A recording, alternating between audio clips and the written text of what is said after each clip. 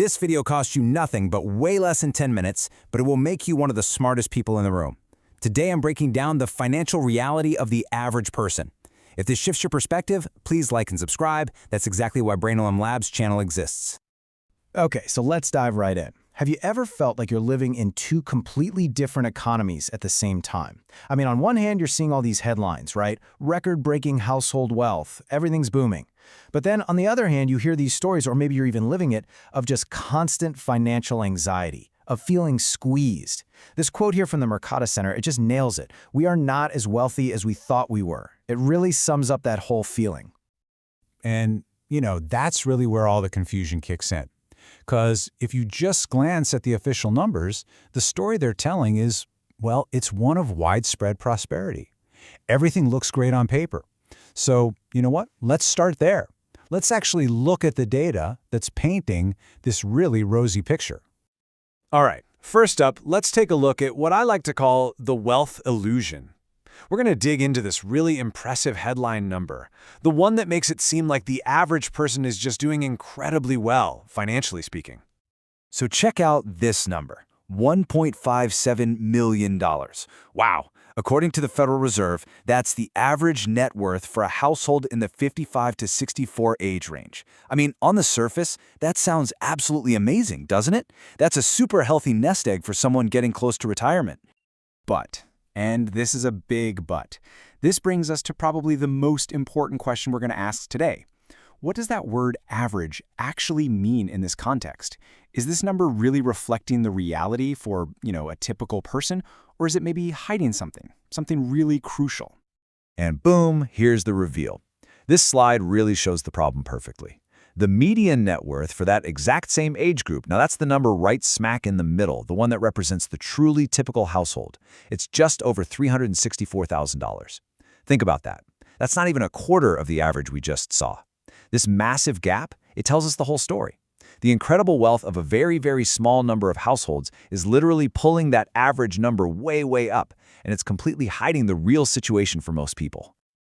Okay, so we've established that the asset side of the picture is, well, it's pretty skewed.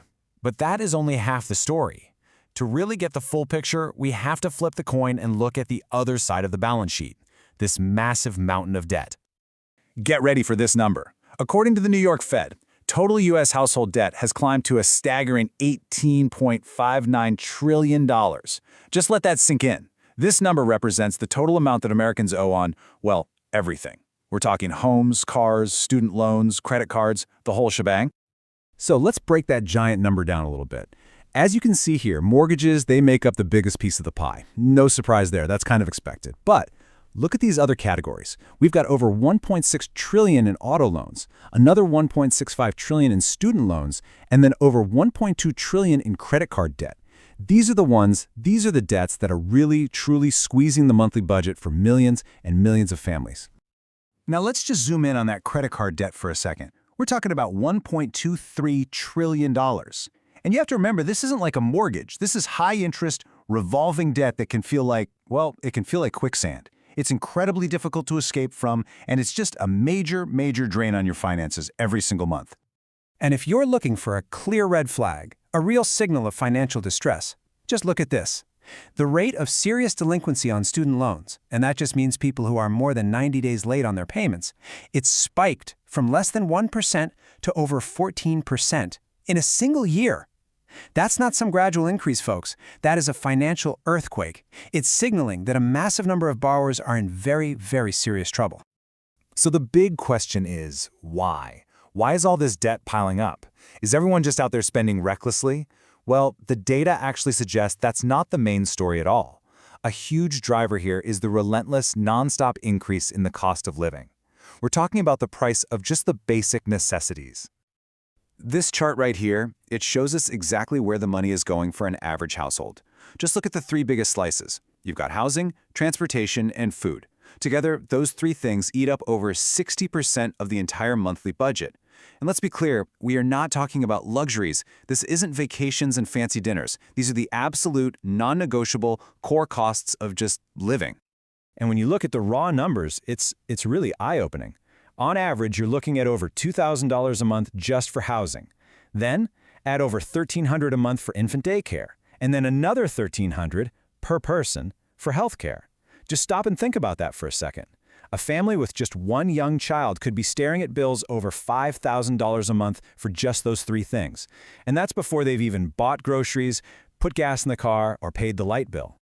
And you know what? The pressure from healthcare costs isn't going away anytime soon. In fact, it's getting worse. Projections are showing that within a decade, healthcare spending is going to eat up 1/5 of the entire U.S. economy. That's just not sustainable. And that trend translates directly into things that affect you: higher premiums, bigger deductibles, and just more and more pressure on your family's budget. So, what happens when you have these two massive forces, rising costs and high debt, colliding head-on? Well, something's got to give, right? And for millions and millions of families, the thing that gives is their savings. The direct consequence of all this pressure is that people are living completely without a financial safety net. So let's just ask a simple, really practical question here. What happens when life happens? You know, the car needs a new transmission, or you get hit with an unexpected medical bill out of the blue. How prepares the typical American household to handle that kind of financial shock? Well, the data is pretty sobering, to be honest. Get this. Nearly 1 in 4 American households are living completely paycheck to paycheck. That means they're spending pretty much every single dollar that comes in the door just to cover the basic necessities. And believe it or not, it gets even more precarious than that. 53%. That's more than half of all Americans. They don't have enough cash saved up to cover a simple $1,000 emergency. So if something happens, they'd have to throw it on a credit card, borrow from family, or start selling things just to get by. And all of this constant financial stress, it has devastating long-term consequences. Just look at this statistic. 1 in every 5 adults over the age of 50 has $0 saved for retirement. I'm not talking about a little bit saved. I mean, literally nothing. That is a massive crisis just waiting to happen for millions of people. Okay, let's step back and put all these pieces of the puzzle together. How on earth can we have record-breaking wealth and, at the very same time, such widespread financial fragility? How do those two realities exist together? Well, the answer lies in unmasking what we've been calling the statistical mirage. The housing market is actually a perfect example of how this whole thing works. It's gotten a lot harder to get a mortgage, and at the same time, you have tons of current homeowners who are locked in to these amazing low interest rates from a few years ago, so they're not selling. What does that do? It creates scarcity, which in turn drives up home prices.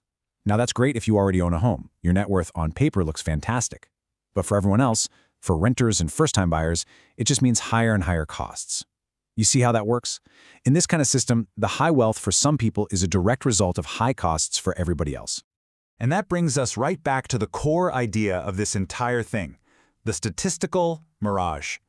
It's what happens when the incredible, immense wealth of a very tiny group at the top completely warps the average. It creates a number that sounds great, but it doesn't reflect the reality for most people. Not even close. This mirage is what hides the mountain of debt, the crushing cost of living, and the total lack of savings that really defines the financial reality for the vast majority. So, that leaves us with a really big question to think about. If the average American's experience is really just a statistical illusion, then how can we ever truly measure our collective financial health? What should we be looking at instead? If this helped you think clearly about the financial reality, please like and subscribe. The next video covers what most people still don't see: